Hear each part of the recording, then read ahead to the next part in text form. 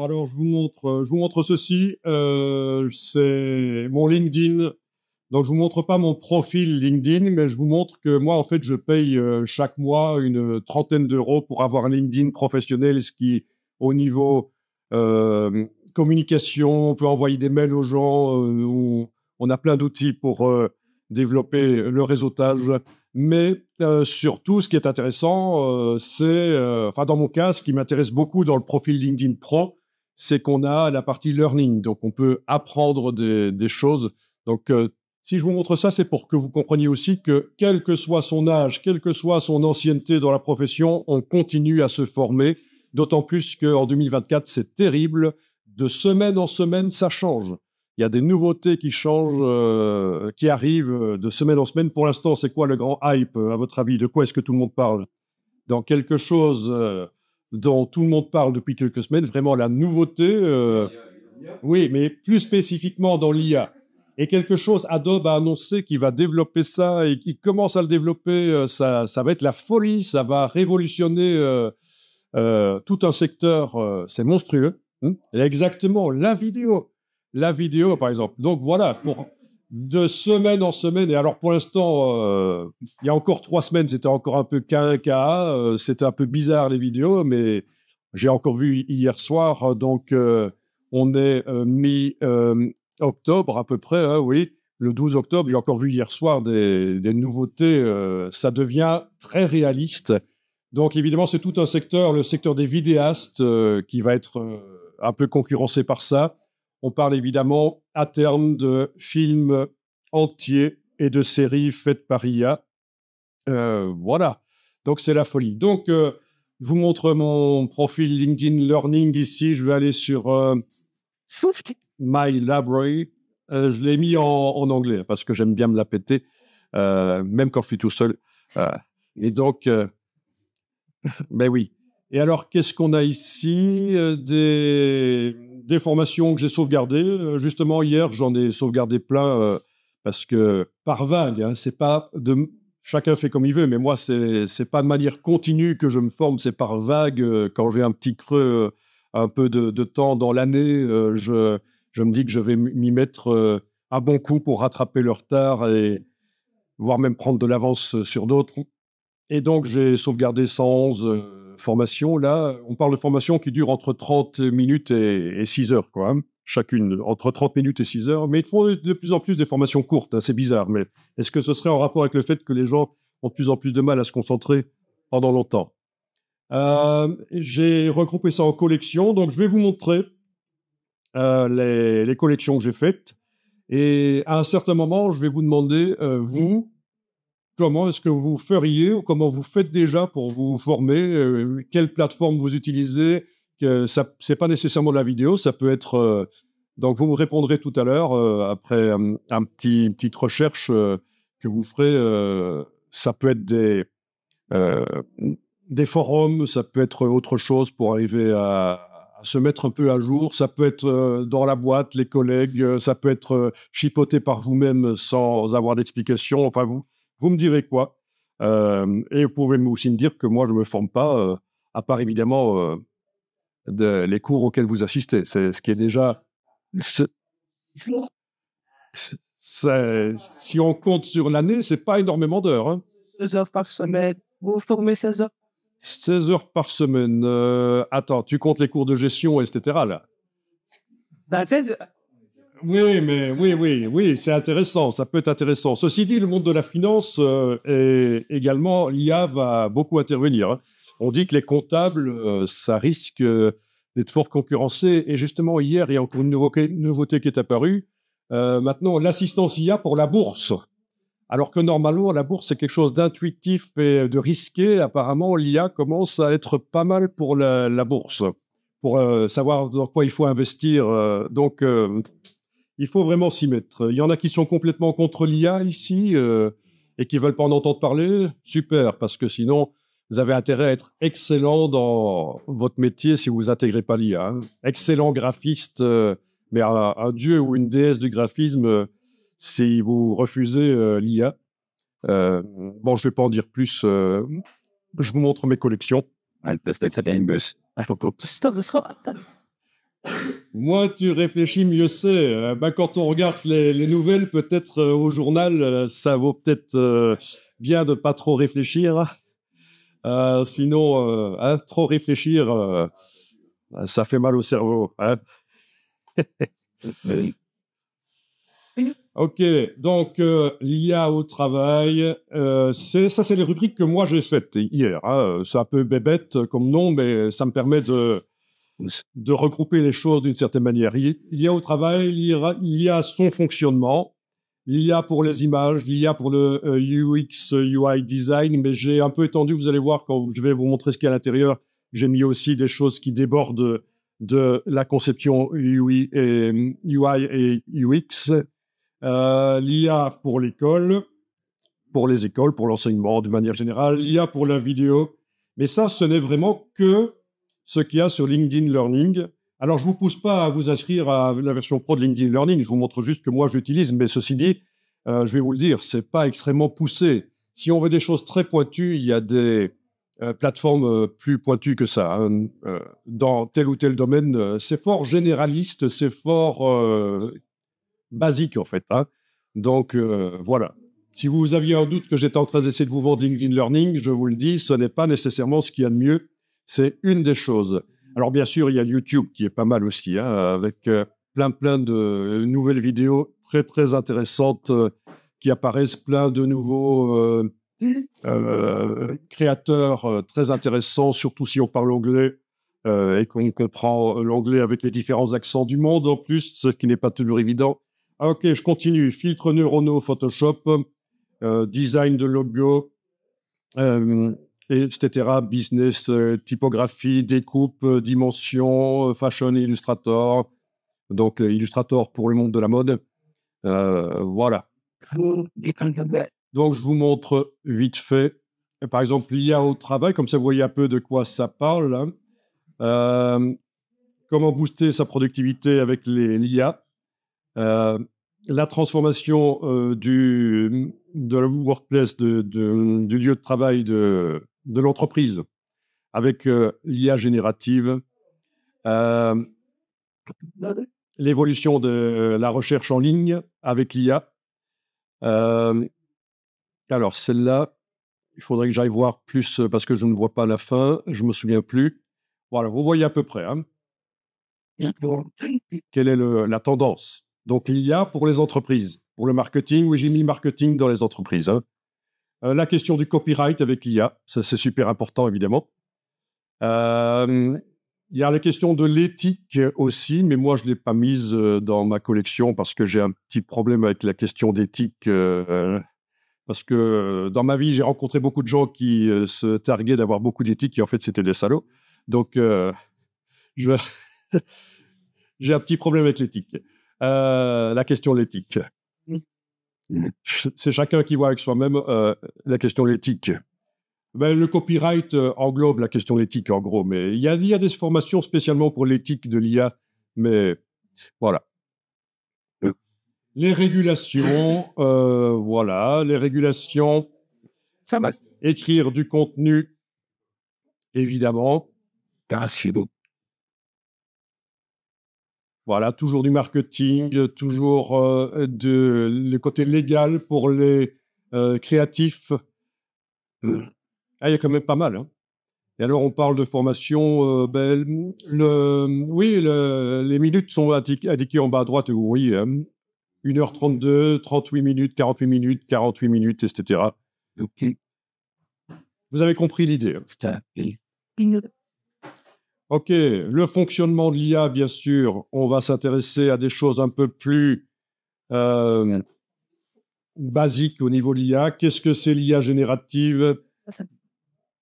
IA générative versus IA traditionnelle. Comment prompter? Qu'est-ce que c'est le machine learning avec la régression linéaire? Copilot, l'IA de Microsoft, comment l'utiliser? Le prompting multimodal, le prompt engineering avec ChatGPT, donc comment faire vraiment des requêtes, hein, c'est des prompts, c'est le mot français, c'est des requêtes. Voilà. comment parler aux IA, etc. Donc, c'est ça que j'ai mis, moi, dans la collection ici, que j'ai appelé IA, son fonctionnement. Alors, je passe à la collection l'IA pour les images qui vous concernent plus particulièrement. Voilà, donc il y a ici une formation de 3h48 sur l'IA dans Photoshop, Illustrator. Je pense qu'il doit y avoir... oui, c'est ça, Illustrator, Lightroom, InDesign aussi, qui a de l'IA. Vous avez touché à InDesign récemment, certaines parmi vous. Où est l'IA, par exemple, dans InDesign? Parce que moi, par exemple, on m'aurait demandé ça il y a quelques semaines ou quelques mois, j'aurais pas su répondre, mais... Et voilà. Ouais, c'est... Vous voyez pas? Bon, par exemple, dans l'habillage. Quand vous amenez une image dans InDesign, vous pouvez lui faire trouver, comme Photoshop, il trouve le sujet. Et il peut faire l'habillage autour de ça. Il y a aussi pour le recadrage d'images intelligent, il y a différentes choses, mais on y touchera parce que j'ai pas l'impression que quelqu'un d'autre va vous en parler. Ici, c'est moins important, oui, oui. Pour l'instant. Oh, que c'est sur Illustrator, par exemple. Bien sûr, et que Photoshop, bien sûr. Ceci dit, depuis quand même quelques années, il existe des plugins pour InDesign qui permettent de mettre en page automatiquement, de manière semi-automatisée, des catalogues, Image Catalog par exemple. Et j'ai l'impression qu'à terme, il y aura un assistant de mise en page par IA dans InDesign. C'est une question de 6 mois, 1 an, j'ai l'impression, et ça, c'est inévitable. C'est inévitable. Donc, Photoshop et Lightroom, retouche de portrait avec l'IA. L'IA pour l'illustration InDesign. Améliorer les images avec l'intelligence artificielle. Donc, on y a déjà touché un peu, je pense, dans Photoshop, l'amélioration d'images par IA. Vous y avez touché, vous voyez? Ouais. Si je vous parle des filtres neuronaux dans Photoshop, ça vous dit quelque chose? Vous voyez comment on peut multiplier les pixels dans une image mieux qu'avec menu image, taille de l'image? Super zoom, exactement. Ça recrée du détail, vraiment. Ça n'interpole pas du détail, ça ne suppose pas du détail au départ des pixels qui existent dans l'image, mais ça recrée vraiment du détail. C'est pas mal. Voilà. Justement, les filtres neuronaux, les neural filters. Voilà. Firefly.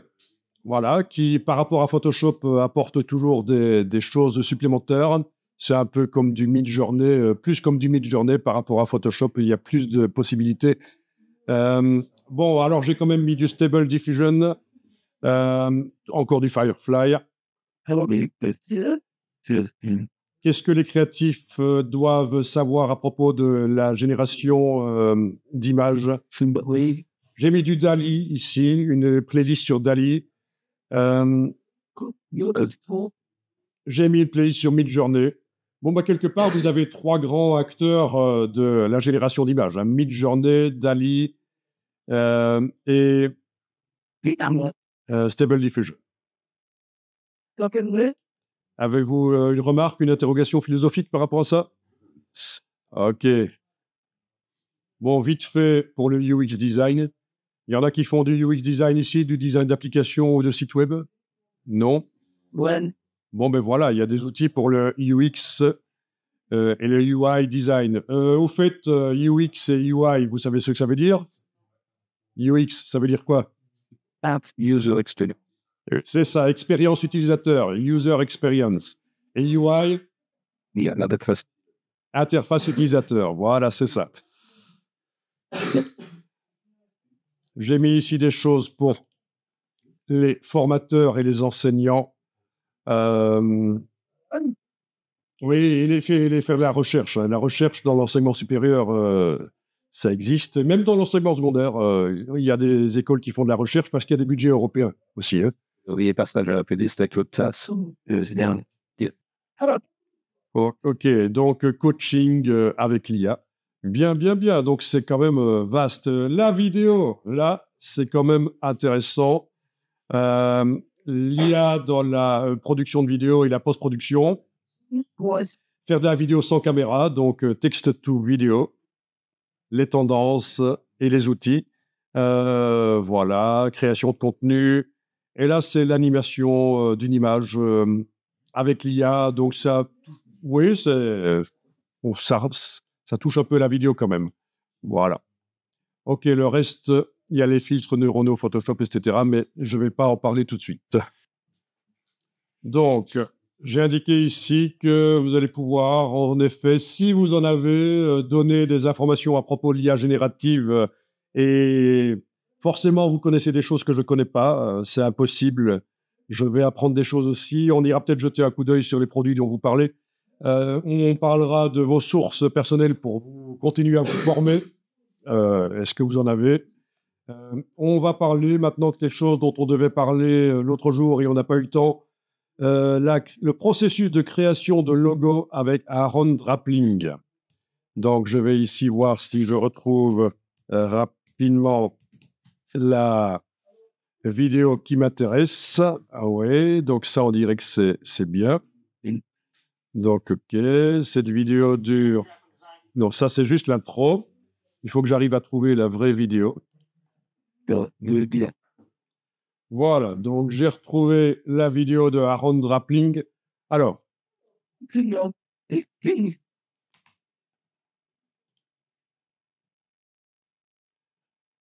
bien. Donc, cette vidéo est assez intéressante parce que Aaron Drappling, donc graphiste américain, montre le processus de création d'un logo. À votre avis, quand on veut créer un logo, d'abord, il faut dire la création de logo, c'est une des choses les plus difficiles et les plus ingrates. On va expliquer peut-être pourquoi un peu plus tard, mais et je parle même avant l'IA. Hein. Maintenant que l'IA est là, c'est encore pire, mais la création de logo, qu'on voit souvent comme le Graal, le sommet de la création graphique, est en réalité problématique. Pour différentes raisons. Quel est le prix d'ailleurs qu'on demande pour un logo? Tout ça, c'est assez surprenant, les réponses. Donc, mais la question c'est, à votre avis, un logo, ça commence par quoi?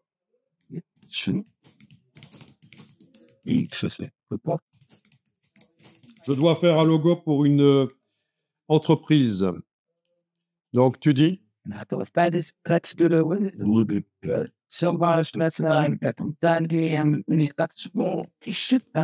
Oui, définir le type de logo, oui, c'est ça. Donc, est-ce qu'on veut du flat design ou quelque chose avec plus illustratif, c'est ça? Oui, ça, vous allez rencontrer énormément dans les formations, dans les écoles, dans les grandes écoles. Quand je dis grandes écoles, je parle d'écoles qui font des masters, voire même plus loin, en graphisme, en typo, etc. Ils vont vous dire, surtout un logo, ce n'est jamais une illustration, mais ça peut arriver. La tendance, c'est que plutôt en Europe, on fait des logos flat design qui sont plutôt du graphisme, et c'est vrai que en Amérique du Nord, on rencontre plus souvent des logos qui ressemblent à l'illustration, mais évidemment, on subit ici en Europe l'influence de l'Amérique du Nord, et donc c'est possible de faire maintenant des logos avec des dégradés, avec du relief, des ombres, mais normalement, on dit qu'un logo, il doit fonctionner quand on l'imprime en une couleur, sans tramage. Donc juste du noir sur un fond blanc, un logo doit fonctionner, et puis après, si on doit faire des variantes, des variations avec de la couleur. Donc c'est extrêmement complexe, les logos. Mais qu'est-ce que vous voyez d'autre éventuellement pour démarrer la création d'un logo? Qui est la cible, moi, j'aime bien faire ça, des mots-clés ou qui sont en rapport avec le business, voilà, ça. Attends, ne va pas trop vite. Donc tu as dit quelque chose qui est vrai. Définir la cible. Définir la cible, oui. Et pour arriver à définir la cible, comment tu ferais quand tu dois faire un logo pour une entreprise? Directement montrer l'entreprise. Exactement. On va voir l'entreprise, on pose des questions et on observe. Et parfois même, on reste une demi-journée là et on passe d'équipe en équipe, on se fait présenter l'entreprise pour comprendre l'entreprise. Et alors, on s'intéresse aussi aux outils utilisés par l'entreprise. Parce que peut-être que dans le logo, c'est un des outils utilisés par l'entreprise, l'outil symbole, mais peut-être même un ancien outil, peut-être même historiquement un outil qui n'est plus vraiment encore utilisé, mais qui traîne encore dans un coin de l'atelier. Peut-être que c'est ça qui va générer le design du logo.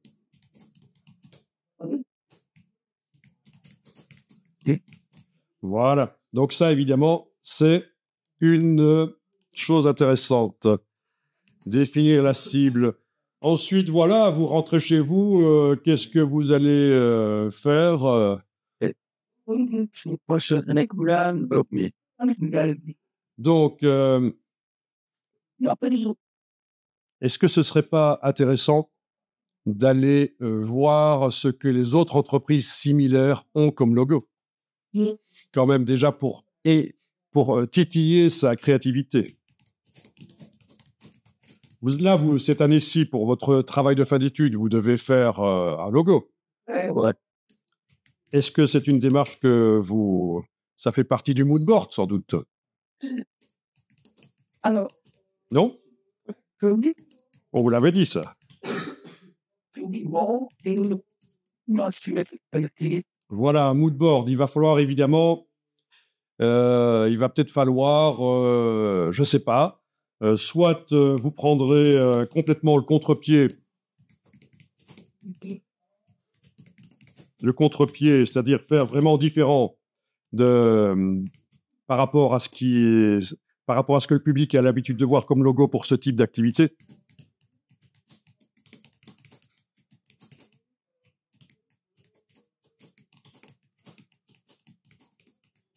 Il faut. Soit vous vous inscrivez dans la tendance. Vous en faites pas pour les fautes de frappe, je corrigerai après. Ah ouais, faites bien de me le dire. Hop. Donc s'inscrire dans la tendance, c'est tout en étant différent. C'est ça qui est un peu la quadrature du cercle. Vous connaissez l'expression la quadrature du cercle? Vous avez jamais entendu parler quadrature du cercle? On dit ça quand c'est compliqué de faire quelque chose parce qu'il faut que ce soit à la fois ça et à la fois ça, mais les deux ça sont contradictoires. Quadrature du cercle, ça veut dire on rend carré un cercle. Ok? La quadrature du cercle. Tiens, ça me rappelle qu'en UI design, justement, c'est une tendance des formes, ils appellent ça les swirkles. C'est ça, hein? C'est bien ça, les squirkles. Les squirkles. Square, circle, les squirkles. J'espère que les swirkles, c'est pas un truc dégueulasse. Quand on passe sur des images bizarres quand on cherche ça sur le web. Non, c'est squircle. Bon, donc la quadrature du cercle. Vous vérifiez si on trouve un truc dégueulasse quand on cherche swirkle sur le... Non, c'est squircle. Arrêtez. Bon. Et alors, vous m'avez dit tout à l'heure, ben oui, on va commencer à bosser avec un crayon. Qu'est-ce qu'on va faire? Des crottes. Des croquis. Avant ça, il y a quelque chose qui peut être fait. Et Aaron Drappling vous le montre dans la vidéo et c'est super important, intéressant. Des mots-clés.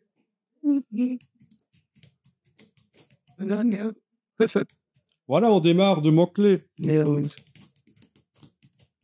Ensuite, vous l'avez dit, on fait des croquis. Alors, je vous dis tout de suite, c'est comme ça qu'on reconnaît.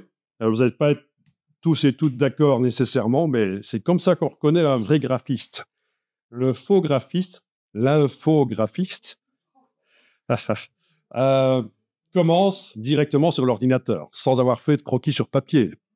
Alors que normalement, ça apporte vraiment beaucoup.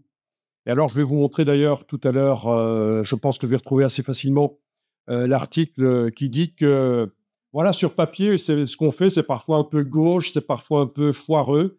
Eh bien, en fait, c'est les meilleurs logos si on reprend ça, ce design, et qu'on essaye de le refaire en vectoriel dans Illustrator, c'est parfois ce qui donne les meilleurs logo parce que c'est un peu gauche, c'est un peu naturel, sympa, ça a un côté moins rigide que si on essaye de faire tout droit. Euh, voilà. Moi, je donnais une formation il y a quelques années dans une école où c'était des étudiants de professionnels euh, et de techniques, ce qui est très bien. Hein. L'enseignement comme ça, où on apprend un métier dans le secondaire, c'est très bien. Je ne casse pas du sucre dessus du tout, bien que ça puisse être critiqué et amélioré, évidemment. Mais alors, d'une école à l'autre, ça change énormément. Énormément. Euh, et donc, dans cette école, les étudiants n'étaient pas extrêmement motivés. Pour tout vous dire, hein, ça ne va pas vraiment vous expliquer. Pendant les formations, c'était pas toujours évident de les tenir, surtout les garçons. Les filles, ça allait, c'est souvent plus scolaire, les filles, et je le dis en connaissance de cause, hein, parce que bon, voilà, j'ai étudié ça, j'ai un diplôme de sciences de l'éducation, master, et j'ai 3 filles chez moi. Donc, je sais que les filles, ça étudie bien, c'est scolaire, et là-dessus, il y aurait d'autres choses à dire, mais c'est pas le sujet. Mais en tout cas, les garçons. Et alors, pour vous dire un peu l'ambiance, c'est là que j'ai découvert Fortnite. Donc, c'était au début que personne ne connaissait Fortnite comme on le connaît maintenant, mais eux, ils étaient en train de jouer à Fortnite en ligne. Et donc, c'était vraiment. Et d'ailleurs, j'ai prévenu certaines écoles supérieures. Attention, la nouvelle génération, génération Fortnite, accrochez-vous. Hein. Ouais. Hein? Non, mais moi, je joue pas. C'est mes filles qui jouent à ça. Ouais, ouais. Si ça tombe, tu joues avec elles sans le savoir.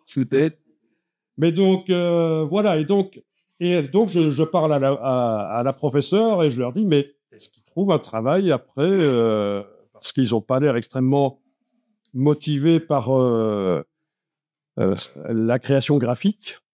Et elle m'a dit, ben oui. En fait, il y a une boîte, notamment une boîte qui en prend plein quand il y a un logo à faire. Tous les engagés, là, comme ce qu'on appelle ça, les contractuels, voilà, ils sont engagés sous contrat freelance, évidemment, hein, parce que sur le plus long terme, ça se fait de moins en moins, mais ils sont en tant qu'indépendants, freelance. Eh bien, quand il y a un logo à faire, chacun fait plein de petits croquis. Donc, tu as 3-4 étudiants peut-être qui vont, peut-être même plus, qui vont faire chacun 40 croquis. Et forcément, dans les centaines de croquis qui sont générés, il y en a un bon. Et donc, ça rejoint ce que je vous disais avant. Hein. Un logo peut être un peu foireux sur la recherche que vous faites sur papier.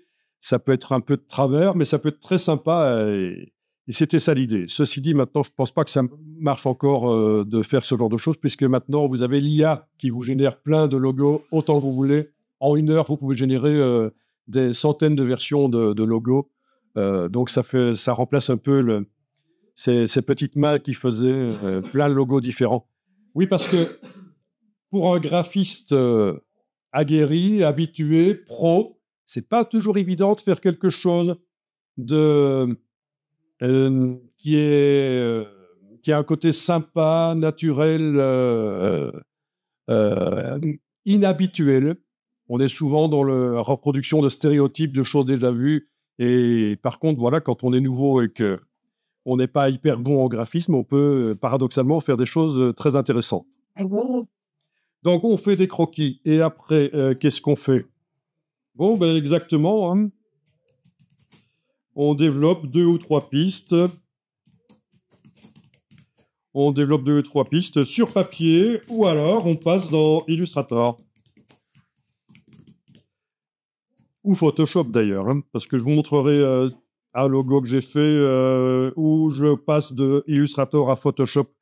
Mais en général, les gens restent dans Illustrator. Mais moi, je pixelisais les logos à certains moments pour utiliser le pinceau plus facilement dans Photoshop. Et puis, je repassais dans Illustrator où je vectorise.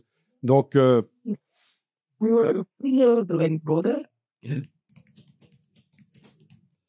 voilà. Donc, Illustrator ou éventuellement Photoshop. Et alors, comment ça va se passer concrètement? Qu'est-ce qui va se passer dans Illustrator? Donc, il y avait ceci, à définir le type de logo, flat design. C'est vrai que ça peut se faire avant les croquis, en fait. Hein. Au moment des croquis, en fait, je veux dire. Oui, on est d'accord. Hein. Donc, que dire? Comment ça va se passer dans... Je ne pense pas. Est-ce que les autres sont d'accord? Je ne pense pas qu'on va directement passer à la couleur. Je pense qu'on va se focaliser sur quelque chose de noir et blanc, mais vraiment du noir et du blanc. Il faudra qu'il fonctionne en petit aussi. Oui, c'est ça. Il faut qu'il fonctionne en petit, mais ça, c'est un peu plus tard. Mais en tout cas, concrètement, comment ça va se passer dans Illustrator? Ben, ça va être le prolongement de ce qu'on a fait sur papier. Ça va être le prolongement de ce qu'on a fait sur papier. On va dupliquer, modifier. On va beaucoup dupliquer dans Illustrator. On va beaucoup dupliquer le logo. Comme sur papier, on pouvait dessiner une variante. On va dupliquer, faire des variantes, faire des tests. Alors, la partie croquis, il y a une chose super importante, on n'efface pas, surtout pas. C'est une catastrophe. Donc, vous savez, ou vous ne savez peut-être pas, mais dans les écoles de graphisme, la gomme est interdite. Dans les bonnes écoles de graphisme, la gomme, c'est l'ennemi number one. On interdit la gomme. Donc, comment est-ce qu'on fait s'il n'y a pas de gomme? Eh bien, vous avez fait un truc, vous voulez le modifier, ben vous le redessinez à côté avec les modifications. Ou alors vous faites quoi? Naturellement, si vous n'avez pas de gomme, pour éviter les erreurs, pour quand même corriger les erreurs pendant que vous dessinez quelque chose, comment vous allez faire? C'est un peu ça, oui. Mais en n'utilisant qu'un crayon et du papier. On a plus force À la fin. Exactement. Une solution, donc dans ce cas-là, une solution, une bonne approche, c'est d'appuyer peu avec le crayon sur le papier et puis de repasser les traits. Évidemment. Voilà. OK. Bon, puis après, il y a, comme tu as dit, on teste différentes dimensions. Bah, éventuellement, on imprime sur une imprimante laser noir et blanc. Hein. Qu'est-ce qu'on fait d'autre? On fait les variantes. On fait la variante négative, notamment. On voit si ça marche en négatif.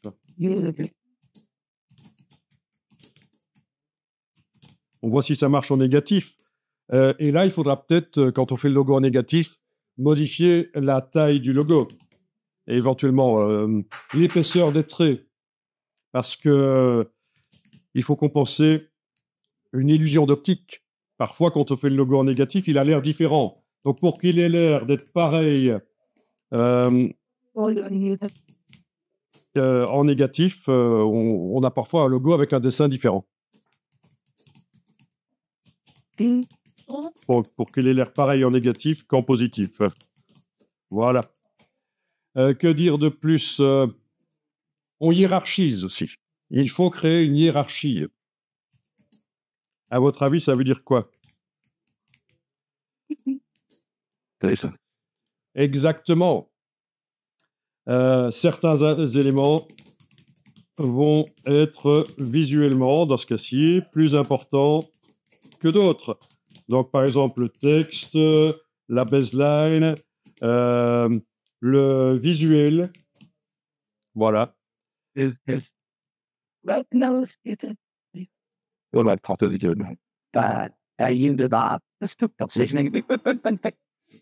slogan, je dirais, donc éventuellement quelque chose qui se met éventuellement sous la marque et qui fait partie du logo. Le mantra, enfin vous appelez ça comme vous voulez, mais je pense que c'est la baseline, mais j'ai un petit doute sur le nom, je pense qu'il y en a un autre, mais si vous trouvez, ça m'intéresse. Bon, on teste On teste quoi après? Ah bon? Et ça va être montré dans la vidéo de Aaron Drappling. Oui. Et ça va être plus ou moins fait. Donc, vous avez une version qui vous paraît correcte. Voilà, qui vous paraît correcte, mieux que mon orthographe ici. Qu'est-ce que vous feriez? On présente au client. Oui, mais avant la présentation au client, il y a une préparation. On se... Attends, donc, en principe, je vais le texte un petit peu direct. Oui, la typo, oui, ça fait partie de la recherche, en effet. C'est bon. C'est une couleur, alors, une histoire sur Oui, mais imaginons que c'est un logo qui va être en noir et blanc. On ne fait pas encore les versions couleurs. Mais en effet, on pourrait. On fait les variantes couleurs. Et en effet, je vais indiquer ici. On fait les variantes couleurs, je devais le mettre ici. Bon. Non, je vais le mettre ici, voilà. Et se met d'accord sur la typo. Hein.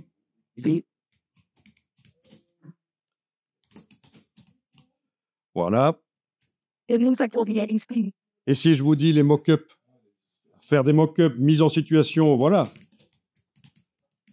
C'est pas mal, ça. Et c'est automatisé maintenant. On peut faire des mock-ups de différentes manières, même en situation vraiment chez le client, sur la photo de son entreprise, c'est pas mal aussi. Et puis, on va préparer une présentation.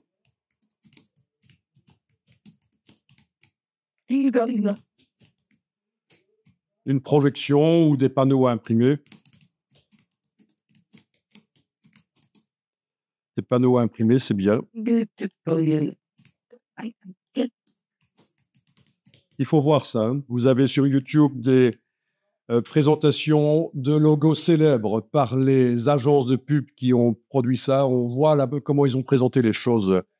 Et évidemment, si c'est des logos anciens, la projection, on oublie, quoi qu'il y avait les slides, il y avait les diapositives. Il était possible de projeter même il y a 50 ans.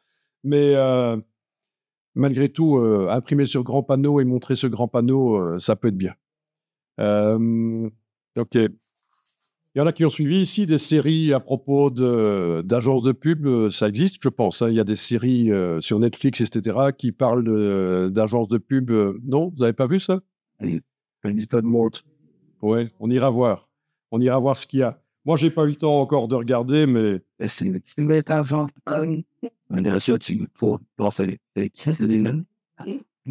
oui, il y a eu des films. Hein. Il y a eu, comment ça s'appelait 99 francs, c'est ça, de Bec BD. Un film assez sur le monde de la pub, avec de la coke, des suicides. Voilà. Bon, c'était la pub des années 80. Maintenant, ça a changé. Hein. Mais dans les années 80, c'était beaucoup d'excès dans le monde de la pub. Bien. Donc, voilà, je pense que c'est pas mal, ça. Comme, comment dire?